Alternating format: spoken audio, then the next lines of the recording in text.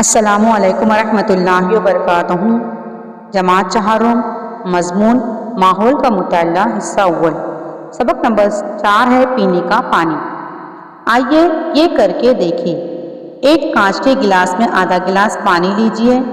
इसमें 1 चमचा शक्कर मिलाकर चमचे से हिलाइए और होने वाली तब्दीली का मुशाहिदा कीजिए।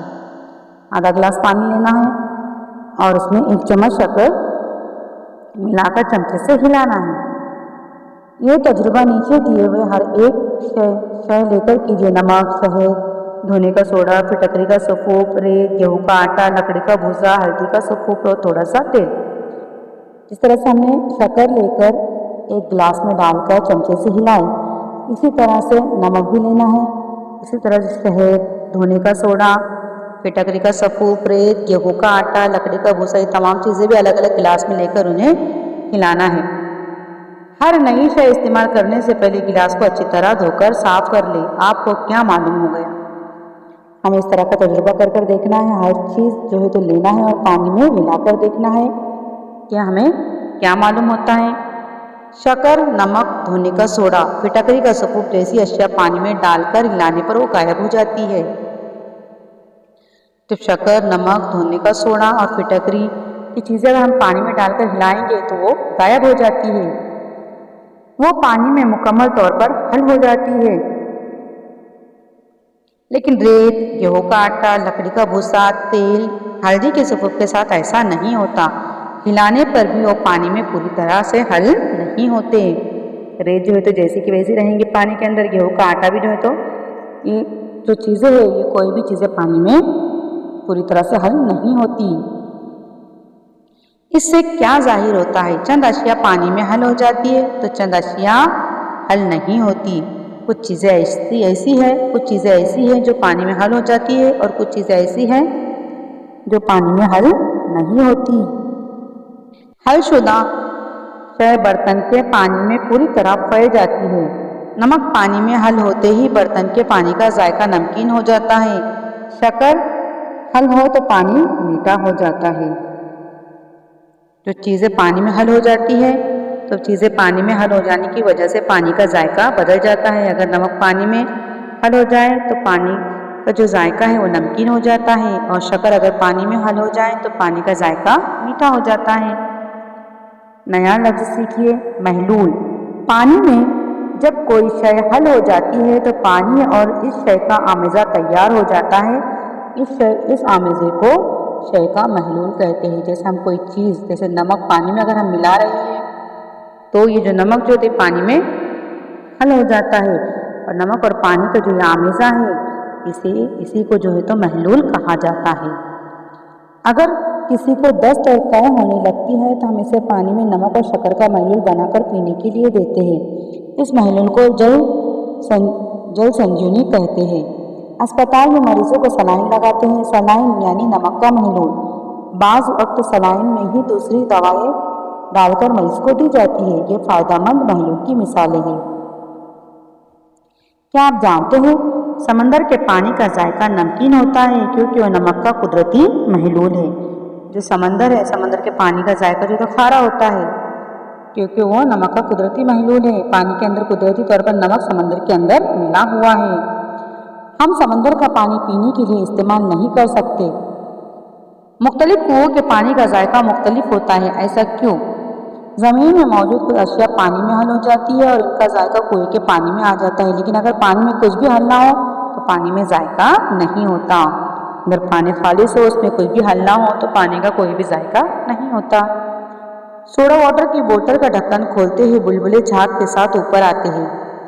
आपने देखे होंगे अगर सोडे की जो बोतल है उसका अगर हम ढक्कन खोलें तो उसके साथ ही बुलबुले ऊपर आते हैं। सोडा वाटर बनाते वक्त कार्बन डाइऑक्साइड नामी गैस दबाव के साथ पानी में हल की जाती है। ढक्कन खोलते हुए दबाव में कमी वाक़ होती है और वो गैस झाग की शक्ल में बाहर आ जाती है। सोडा वाटर के अंदर कुछ बनाते वक्त जो है तो कार्बन डाइऑक्साइड गैस पानी के अंदर हल की जाती है और गैस दबाव के साथ पानी में हल की जाती है और जैसे ढक्कन खोलते हैं उसको दबाव कम हो जाता है तो गैस झाग की शक्ल में ऊपर बाहर की जानिब निकलती है।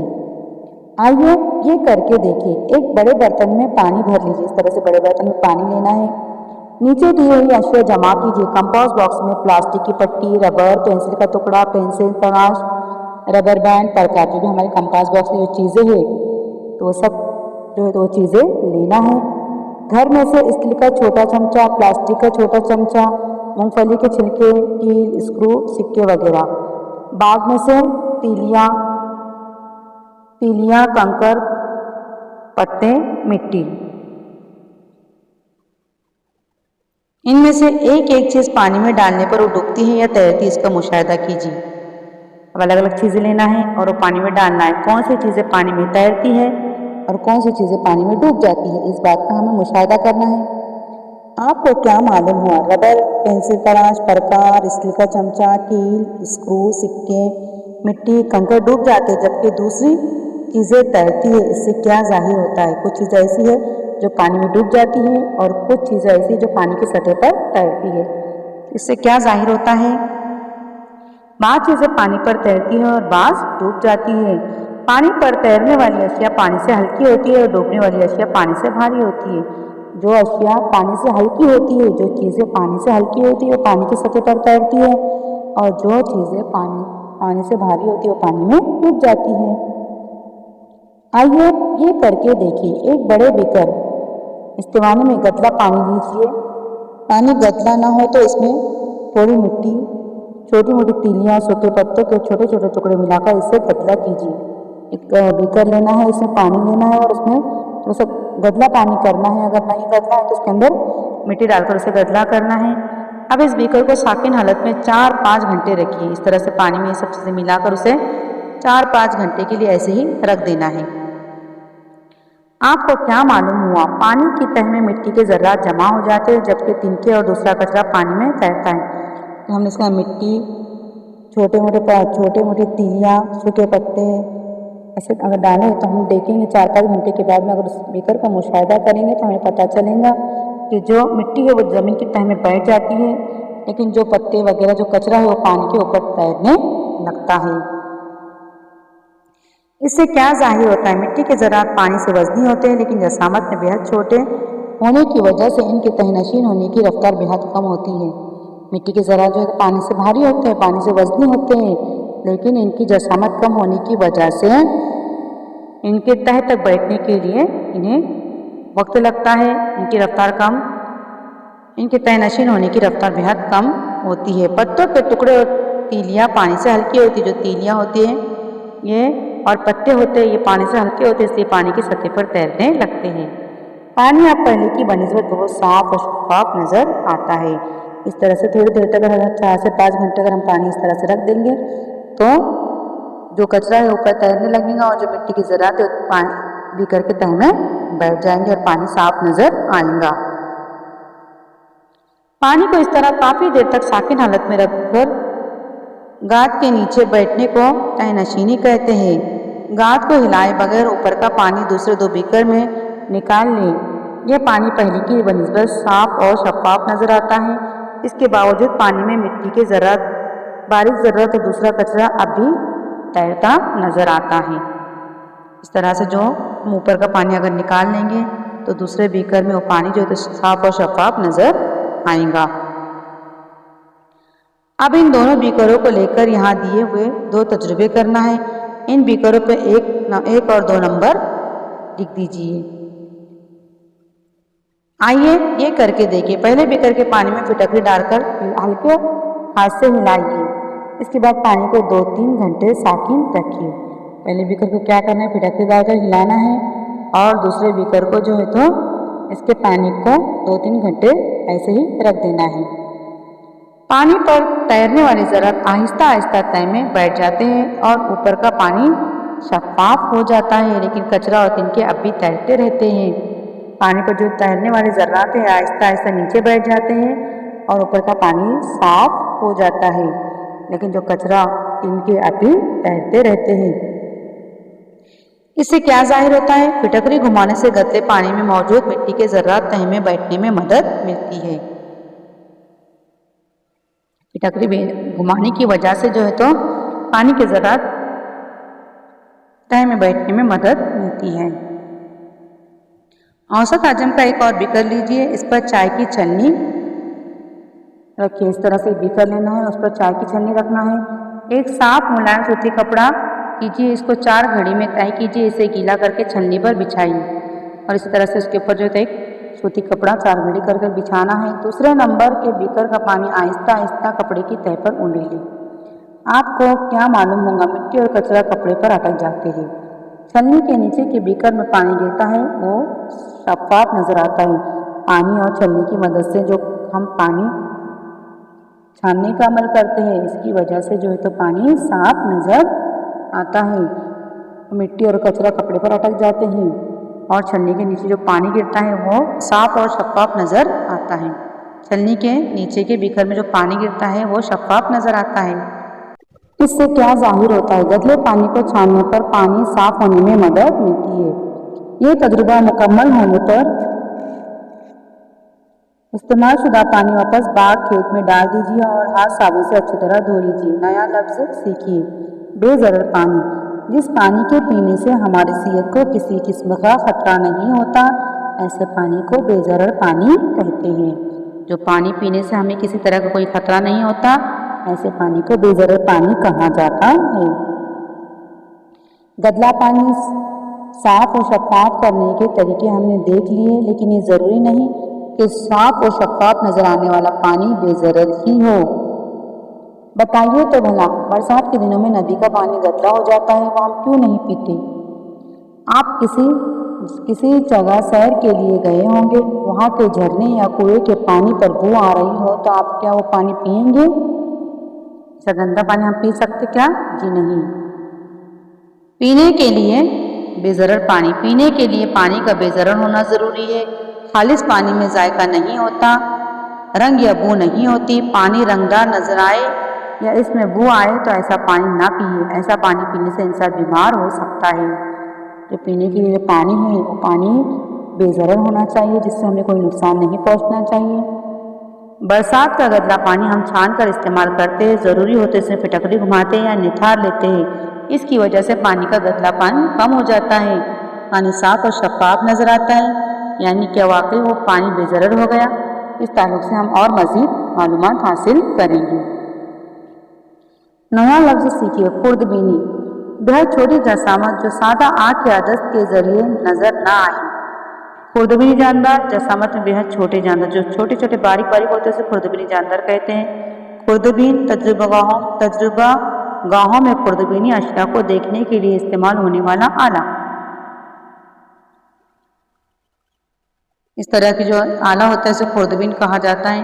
क्या आप जानते हैं, रत्ती पर दही या छाछ का एक कतरा कांच की एक पट्टी पर रखकर इसका खुर्दबीन के जरिए मुशाहिदा करने पर हमको कई खुर्दबीनी जानदार नजर आते हैं। जरा सा एक कतरा अगर हम दही या छाछ का डालने के बाद में इस तरह से खुर्दबीन से अगर हम देखेंगे, इसके बहुत सारे जो है तो ज़र्रात खुर्दबीनी जानदार इसके अंदर जो है तो बहुत सारे नजर आते हैं। ये खुर्दबीनी जानदार दूध को दही में तब्दील करते हैं और हमारे लिए फ़ायदेमंद होते हैं, लेकिन तमाम खुर्दबीनी जानदार मुफीद नहीं होते हैं। कुछ खुर्दबीनी जानदार हमारे जिस्म में दाखिल होने पर हम बीमार हो सकते हैं। ऐसे खुर्दबीनी जानदार को नुकसानदा खुर्दबीनी जानदार कहते हैं। जो बारीक बारीक ज़र्रात के जैसे जानदार होते हैं उसे खुर्दबीनी जानदार कहते हैं, लेकिन कुछ ऐसे होते हैं जो हमारे जिस्म में जाने के बाद में से हम बीमार हो जाते हैं, बीमारियाँ होती है, और कुछ जो है तो हमारे लिए बहुत फ़ायदेमंद होते हैं। हमारे अतराफ अनगिनत किस्म के खुर्दबीनी जानदार होते हैं। वो मिट्टी, हवा, पानी में या चट्टानों में कहीं भी हो सकते हैं। नुकसानदा खुर्दबीनी जानदार अगर पानी में मौजूद हो और हमें नजर ना आए तो ये कहा जा सकता है कि ऐसा पानी बेज़रर है। बारिश के मौसम में अक्सर पेचिस या गैस्ट्रो जैसी बीमारियां हो जाती है। ऐसे वक्त पानी को बेज़रर बनाने के लिए इसे निथार कर और छान कर उबालना चाहिए। पानी को जोश देने से पानी में मौजूद खुर्दबीनी जानदार खत्म हो जाते हैं और बीमारी होने का खतरा टल जाता है। बीमार होने पर अक्सर देखे होंगे आप लोगों ने कि डॉक्टर पानी उबालकर पीने की सलाह देते हैं, क्योंकि अगर पानी हम उबालेंगे तो इससे जो नुकसानदायक खुर्दबीनी जानदार खत्म हो जाते हैं और बीमारी होने का खतरा जो है तो वो टल जाता है। आइए दिमाग पर जोर दें, पानी में चंद अशिया हल नहीं होती, इससे क्या फ़ायदा हो सकता है? जो चीज़ें पानी में हल नहीं होती तो इससे क्या फ़ायदा हो सकता है? तो वो चीज़ें पानी में हल नहीं होती, यानी पानी हमारे लिए जो है तो नुकसानदायक नहीं होता, बेज़रूरत पानी हमारे लिए वो होता है। अम्मी ने दुकान से ज़ीरा लाया था, मगर गलती से इसमें रेत गिर गई। रेत अलग करके अम्मी को साफ ज़ीरा देना है। अम्मी ने दुकान से ज़ीरा लाया था, लेकिन उसमें रेत गिरने की वजह से रेत उसमें मिल गई है, तो हम उसके लिए क्या करेंगे? तो उसे छान कर जो है हम अलग कर सकते हैं, या तो फिर रेत ये भारी है और ज़ीरा ये हल्का है, इसे अगर हम पानी में डालेंगे तो पूरी रेत नीचे बैठ जाएंगी, और ऊपर से जो ज़ीरा है तो हम उसमें से अलग कर सकते हैं। हमने क्या सीखा? चंद अशिया पानी में हल हो जाती है तो चंद पानी में हल नहीं होती। कुछ चीज़ें ऐसी है जो पानी में हल हो जाती है और कुछ चीज़ें ऐसी है जो पानी में हल नहीं होती। चंद अशिया पानी पर तैरती है, कुछ डूब जाती है और पानी की तह में बैठ जाती है। कुछ चीज़ें ऐसी होती है जो पानी पर तैरती है और कुछ चीज़ें ऐसी होती है जो पानी में डूब जाती है। गदला पानी साफ करने के लिए इसे साकिन रख देते हैं। मिट्टी तह में जमा होने के बाद पानी में फिटकरी घुमाई जाती है या पानी को छानते हैं। गंदा पानी अगर हम इसी तरह से साकिन ऐसे ही रख देंगे बगैर हरकत का, तो वो उसकी जो मिट्टी है तह में बैठने लगती है और पानी साफ हो जाता है। छाने हुए साफ और शफाफ पानी में भी खुर्दबिनी जानवर मौजूद हो सकते हैं। सेहतमंद रहने के लिए ज़रूरी है कि पानी को बेजरत करके पिए। इसके लिए पानी को डोज देकर खुर्दबिनी जानवरों का खात्मा करना ज़रूरी है। सेहतमंद रहने के लिए पानी को जो है तो साफ पानी हमें पीना ज़रूरी है, बेजरत पानी इस्तेमाल करना ज़रूरी है। इसके लिए पानी को डोज देकर उसमें जो बीमारी की जरासीम है उसे हम ख़त्म कर सकते हैं। इस तरह से हमने आज के सबक भी ये सीखे, और ये मालूमात जो है तो हमें अपने रोज़मर्रा की ज़िंदगी में इस्तेमाल करना है, इसका जो हमारे लिए बहुत ही फ़ायदेमंद है।